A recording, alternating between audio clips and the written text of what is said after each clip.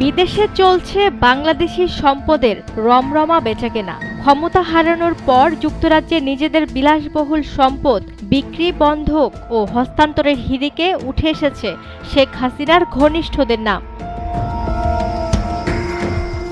Guardian ও transparency ইন্টারন্যাশনালের অনুসন্ধানে জানা গেছে, মাত্র 1 বছরে যুক্তরাজ্যের জমি নিবন্ধন দপ্তরে জমা পড়েছে অন্তত 20টি লেনদেনের আবেদন।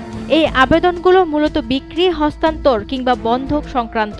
মে মাসে যুক্তরাজ্যের ন্যাশনাল ক্রাইম এজেন্সি জব্দ করেছে সালমান এফ রহমানের ছেলের 1469 কোটি টাকার সম্পদ। এর কিছুদিন পর ভূমিমন্ত্রী সাইফুজ্জামান চৌধুরীর যুক্তরাজ্যের সম্পদ সহ 2776 কোটি টাকার সম্পত্তি জব্দ হয়। এছাড়া বসুন্ধরা গ্রুপের চেয়ারম্যান আহমেদ আকবর সোবহানের পরিবারের লেনদেন আছে নাইটস ব্রিজ ও ভার্জিনিয়া ওয়াটারের বিলাসবহুল বাড়ি, যার বাজার মূল্য প্রায় 530 কোটি টাকা।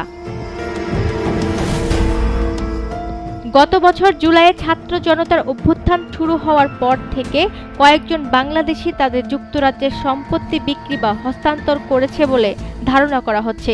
ইতোমধ্যেই তাদের বিরুদ্ধে ঢাকায় তদন্ত চলছে। এ বিষয়ে বাংলাদেশ ব্যাংকের গভর্নর আহসান এইচ মনসুর বলেন, আমরা এসব লেনদেন সম্পর্কে অবগত।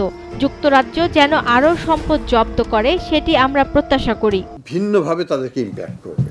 দুর্নীতি ও কর বিষয়ক পর্যালোচনায় গঠিত সর্বদলীয় সংসদীয় গ্রুপের সভাপতি ব্রিটিশ এমপি জো পাওয়েল চান এসব তদন্ত দ্রুত এগিয়ে যাক। তিনি বলেন, ইতিহাস বলে যে দ্রুত পদক্ষেপ নিয়ে সম্পদগুলো জব্দ না করলে তদন্ত চলার সময়ে সেগুলো দ্রুত হস্তান্তর হয়ে যেতে পারে। তিনি যত দ্রুত সম্ভব এসব পদক্ষেপের আওতা আরও বৃদ্ধির আহ্বান জানিয়েছেন।